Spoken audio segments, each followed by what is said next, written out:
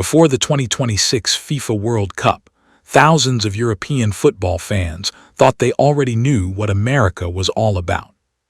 They had spent years forming opinions from the news, social media, and all the usual stories about American politics and the American way of life. But nothing prepared them for what they actually experienced. Within days of arriving, a pattern began appearing on social media. Fans from Britain, Scotland, France, Germany, Spain, and across the continent were posting the same kind of video, from different cities, with the same expression on their faces. The expression of someone who had expected one thing and found something completely different. This is what they found. European fans were stunned by how often complete strangers stopped them on the street just to ask how their trip was going. Hotel staff genuinely wanted to know where they had come from and what they had seen. Uber drivers spent 45 minutes sharing local recommendations, even when nobody had asked. Restaurant servers kept checking in so often that Europeans, used to waiting 10 minutes just to get someone's attention, didn't quite know what to make of it. At sports bars, Americans welcomed entire tables of foreign fans as if they were old friends. And then came the invitations. People they had met just hours earlier were inviting them to backyard barbecues, family gatherings, even breakfasts.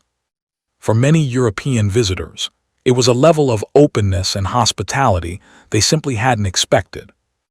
Multiple fans, when asked what surprised them most about America, gave the same answer without hesitation. Not the size of the stores. Not the food. The people. One fan, filming from a Texas street, said plainly that no less than 20 strangers had stopped to say hello to him in a single morning. He said if someone tried that in France, they would get a very different reaction. In London, they would get no reaction at all. This was the thing that most European visitors admitted they had not expected, had not been told to expect, and found the hardest to leave behind. The warmth of American social interaction, the instinct to make a stranger feel welcome, turned out to be the most cultural difference of all. Because nothing at home quite compared to it once they had experienced it. The videos of European fans discovering the American stores became some of the most watched content of the entire tournament. British fans staring at an entire aisle dedicated solely to breakfast cereal. Scottish fans processing the concept of a medium-sized drink that appeared to hold enough liquid for a small family. German fans photographing a single packet of something because the size made it seem like a prop. The consistent reaction across all of them was that they cannot believe all this is in one place. And why does Europe not have this? Before coming to America, Europeans thought Americans kept everything way too cold and used AC for problems that could easily be solved by opening a window. Then they experienced it for themselves. After walking around in the heat, stepping into a hotel, restaurant, stadium, Walmart, or even a gas station, and feeling that blast of cold air was a whole different experience. In many parts of Europe, AC still isn't common in homes, older buildings, or historic places. In America, it was literally everywhere. Europeans came expecting excessive air conditioning. They left wondering how they ever lived without it. One British fan, recording from the passenger seat of a rented Jeep Wagoneer with the air conditioning running, said that cold air was even blowing up from the seat. He said he loved American cars, loved American roads, and was having the best time of his life. A different fan, back home in the UK a week after the tournament, stared at his bedroom window on a warm evening and said, with genuine bewilderment, that he now could not believe he had ever lived without it. The joke that everyone had been making for years had become, after 2 weeks of an American summer, the thing they missed most. European fans also discovered that American grocery stores stocked flavors and varieties and regional specialities that simply did not exist at home. One British fan said her palate had changed, and that she was missing flavors she had never had before coming here. When they landed back home and went to a supermarket, the aisle felt shorter. The flavors felt fewer. The portions felt like they had shrunk.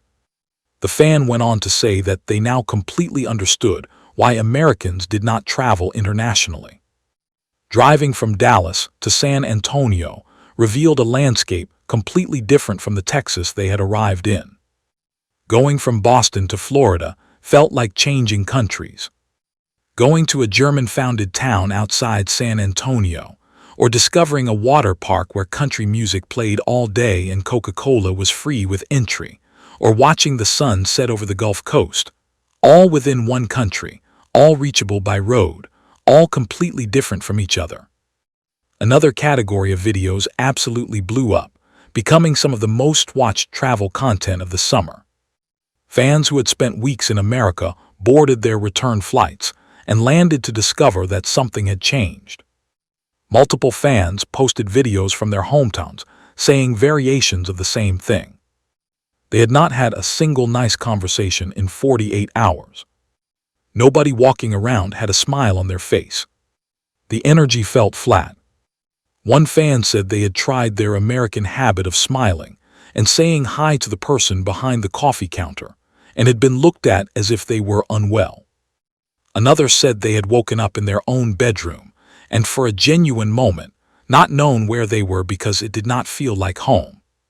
Fans who had just returned home were already talking about how much they wanted to go back and how much they missed America. These people came for the football, but they stayed for everything else. And when they finally had to leave, a surprising number of them found themselves already planning the return trip before the wheels of the plane had touched the runway.